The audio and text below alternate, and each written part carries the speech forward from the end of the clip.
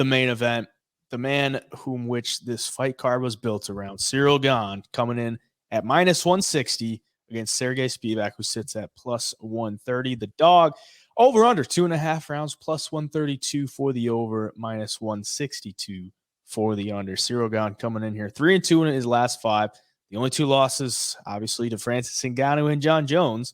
And Serghei Spivac 4-1 in his last 5. He has been on quite a run. His only loss in a very long time, the last 3 years, is to Tom Aspinall. That's not anything to hang your head about at this point. I mean, this is I don't want to say similar to the Aljo Sean O'Malley fight, but it kind of is, because you got Ciryl Gane, the striker, Serghei Spivac, the grappler. It is a striker versus grappler matchup, no doubt about it.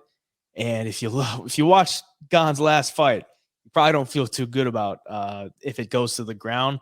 But the same can be said about Spivac. You know, if he's got to stand and strike with Ciryl Gane, it's probably not going to go well for him. Who are you thinking in this one? Yeah, it's really tough because, you know, for Serghei Spivac, I wish that I could have seen him fight a guy with the skill level of Gane on the feet. Like, he doesn't really have anybody on his record with that caliber of striking or that, you know, fast twitch movement that Ciryl Gane does. I mean, he beat Derek Lewis, who's just a power puncher, who's going to sit there and load up on that one shot. He beats Augusto Sakai, who's not in the UFC anymore, beats Greg Hardy, not in the UFC anymore. Alexei Oleinik, you know, 40 whatever years old, who is retired now. So it's like he doesn't have that fight that you can really gauge how this one's going to go or how he's going to deal with that kind of striker that Gane is. Does have the loss to Aspinall, which could be somewhat of a sign. Aspinall's fast, great striking. And for Ciryl Gane, the last 3 fights, he's fighting guys at the top of the division. I mean, Ngannou, John Jones, Tai Tuivasa. So he's been in there with killers. But something just told me before the John Jones fight that Ciryl Gane just doesn't seem interested in fighting. Like, he doesn't seem like he's dying or hungry to make a title run by any means. Like, you watch some of his stuff, he just seems way too laid back for me. Now, if you go look at his Instagram and stuff, it seems like maybe he's flipped that switch a little bit. He's starting to work on his grappling and taking it a little more serious. But I mean, before the Jones fight, he was talking about he didn't even start training until the fight was announced. You know, he's been on the couch the whole time. You know, he's not really training any wrestling or grappling. And that was like a huge red flag to me, especially a guy who's going to be fighting dudes at the top of the division from here on out. So if he's fixed, or if he's been working on some of the wrestling, I think he has a good shot here, because you know Spivac, how strong he is, what his game plan is going to be. And if he gets a guy like Gane down, I don't see Gane having much success working back to the feet without getting taken right back down. So it makes it interesting. But if Gane can catch him early with some shots that make Spivac a little hesitant to shoot in, I think he's going to have a lot of success, because Gane on the feet is going to be faster than everybody. He's at range. He's as good as they come at heavyweight, and he'll be able to fight for all, 5 rounds if it has to go there. So overall, I do think Ciryl Gane bounces back here. I do think he's probably taken this whole thing a little more serious at this point. At least that's what I'm led to believe by looking at his socials and everything. But it will be a tough fight for both guys, really. Spivac is a monster. He's super strong, and that grappling is no joke. So, but for the pick, give me Ciryl Gane.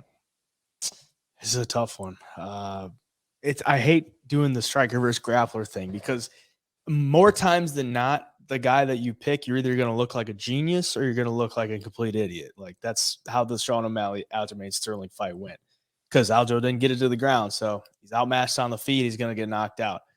In this one, you get the opposite, because Ciryl Gane is the favorite, the striker, and then the underdog is the grappler.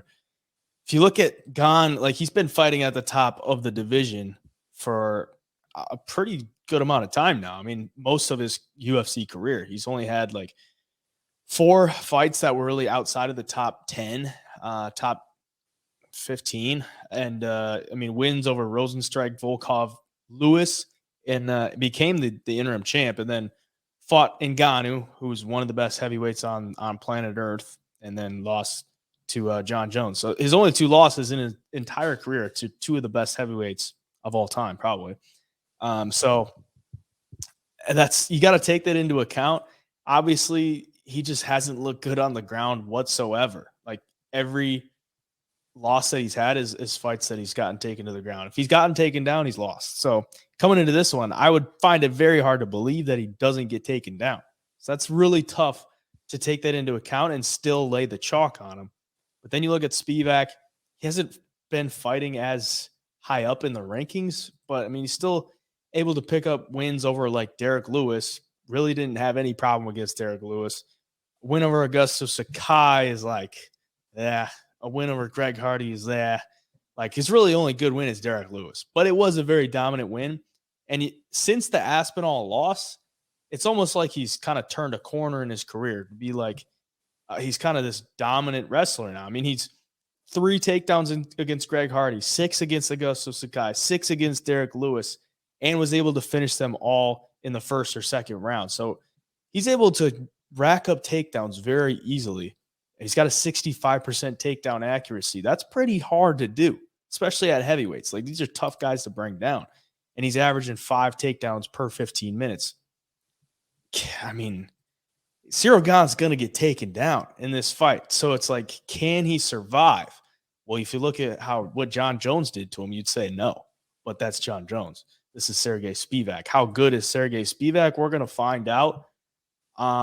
Personally, the reason that I took Sean O'Malley is because you see the striker versus grappler. Obviously, they're much better at one aspect of the fight, but I just like to go with the underdog because that's more value to me. So in this spot, Spivac, much better on the ground, but is going to be outclassed on the feet, but he's the underdog, so I'm going to take him because plus money, if he can get it to the place where he wants the fight to go, he's got a big edge. And I find it hard to believe he doesn't get a takedown here. So I'm going to go with Spivac. I might look really dumb. But the thing that's helpful to me for taking this pick is like Ciryl Gane is not some big knockout puncher. Like, he doesn't knock guys out clean. It took him 110 significant strikes to knock out Tai Tuivasa. And he's only gotten, I mean, it took him 3 rounds to knock out Derek Lewis. He's got a number of decisions on his record. He's not some big knockout puncher. So can Spivac, take some shots on the feet? Absolutely. He's got pretty good cardio. Both guys have good cardio. I could see this going longer, but if it goes to the ground, it's just don't like it for Ciryl Gane. So I'm going to go with Serghei Spivac. And I think it's dog or pass to me. I don't know. I mean, you would think with everything that just went down, everything that I just said is factored into the betting line. So maybe you're getting some value on Ciryl Gane, but what do you think, like, line wise? Or is it scary to bet on Ciryl Gane at chalk or no? Yeah, it does, because I mean, like you mentioned, man, he's coming off of a loss to John Jones, who's obviously the GOAT, the best of all time. And he's shown his only weakness he's really shown in his whole career is that ground game and getting taken down. And he's fighting a dude who notoriously takes dudes down over and over and over. So just that factor alone, I am surprised this line's not closer, because like you mentioned, man, if he does get taken down, he could be in a world of trouble with Spivac. Spivac's that good. He's that strong. And you got the cardio factor where both these guys have good cardio. So you mark off all the boxes on each side, and I think the fight is pretty damn close. Each guys have their area they're going to be better than the other one in. Both guys are really good in the areas they shine in. Gane with the striking, Spivac with the grappling and wrestling.